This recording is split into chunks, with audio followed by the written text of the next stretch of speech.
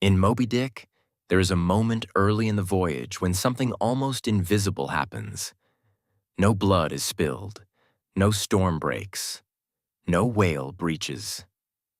Captain Ahab calls the crew together, produces a gold doubloon, and nails it to the mast of the Pequod. He offers it to the first man who sights the white whale. On the surface, it is a bounty, a practical incentive. Sailors are being paid to do what sailors already do: keep watch. But that is not what is happening. The hammer falls, and with it, the nature of the voyage changes. Ahab does not quietly announce the reward. He stages it. He gathers the men. He holds the coin up so it catches the light. He names the whale. He names its whiteness. He names his wound. And then he drives the gold into the ship's central mast, not into a ledger, not into a pocket, but into the spine of the vessel itself. This is not administration. It is consecration. The Pequod is, officially, a commercial whaler. The crew signed on for profit. They will be paid in oil, in barrels, in shares. The logic of the voyage is economic. Whales are inventory. The ocean is a marketplace. Ahab does not argue against this structure. He weaponizes it. That is where the seduction begins. He does not attempt to persuade the crew that Moby-Dick is metaphysical evil. He does not deliver a philosophical treatise on cosmic malice. He does not need to convince them that the whale embodies the inscrutable cruelty of the universe.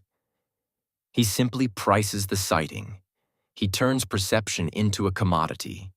The first man who sees the white whale will receive gold. With that single move, Ahab accomplishes something extraordinary. He converts a private obsession into a collective incentive. The whale no longer belongs solely to his vendetta. It becomes an opportunity. It becomes a reward. He does not ask the crew to share his hatred. He makes it profitable to align with it. This is how ideology spreads in the novel. Not through argument, but through structure. The men do not have to believe as Ahab believes. They only have to look where he wants them to look. The doubloon gleams above their heads for the rest of the voyage. It is fixed to the mast, the central axis of the ship. Every time a sailor looks up, he sees gold. Every time he scans the horizon, he does so with that gold in mind. Ahab has altered the field of vision. And this matters because Ahab's authority is not absolute. The Pequod is owned by businessmen back in Nantucket. The voyage has a contract. There are mates aboard who understand that chasing a single whale across the globe is madness. Ahab cannot simply declare the voyage a metaphysical crusade. That would provoke resistance. So he performs a different kind of leadership: theatrical, symbolic, subtle. He stages the hammering of the coin like a ritual. The mast becomes an altar. The doubloon becomes an icon. The crew become witnesses. But this is not a religion of belief. It is a religion of reward. Later in the novel, the sailors study the coin's markings. Each man sees something different in its stamped images: zodiac signs, omens, symbols aligned with his own temperament and worldview. The doubloon becomes a mirror. Meaning does not reside in the coin. It is projected onto it. That multiplicity is crucial. It tells us something unsettling. The object itself is stable: gold, metal, fixed in wood. The interpretations are unstable. And yet the instability of meaning does not weaken Ahab's authority. It strengthens it.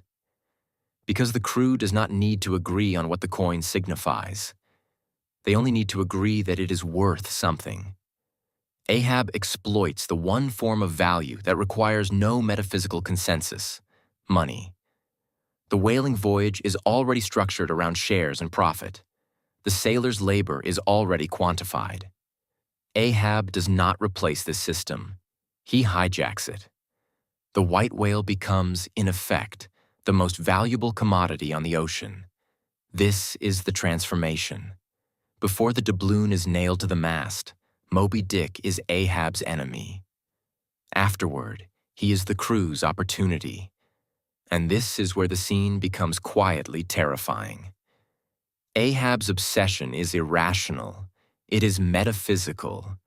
It is rooted in injury, rage, and the conviction that behind the surface of reality there lurks a malicious force. No market logic justifies it. No commercial calculation supports it. Yet by attaching gold to the sighting, Ahab wraps his irrationality in the language of rational exchange. Revenge disguises itself as enterprise. The crew's participation is no longer an act of shared madness. It is a chance at reward. This is how a private fixation becomes a system. The mast now bears the mark of Ahab's will. The coin is physically embedded in the ship's structure. It cannot be casually removed. To extract it would require force, damage, a decision to undo the ritual. No one attempts it. The Pequod sails on, carrying not only cargo and crew, but a symbol hammered into its core. A symbol that gleams like a small sun above the deck. And the image lingers, gold against wood. A promise nailed in place. Men scanning the horizon not merely for whales, but for wealth. The tragic irony is that the reward is real. The coin exists. It has weight. It has value. But it draws their vision toward annihilation. By the time the white whale finally appears, the crew's gaze has long been disciplined. They have been trained, subtly, to desire the sight that will destroy them. Ahab never needed to convince them that the universe is evil. He only needed to make them look. And that may be the novel's quiet warning. The most dangerous leaders do not impose belief. They structure incentives. They do not demand that you adopt their obsession. They make it advantageous to participate in it. By the time you realize what you have joined, the hammer has already fallen. The coin is already in the mast, and the ship is already moving. So let me ask you this. At what point does the voyage truly become doomed?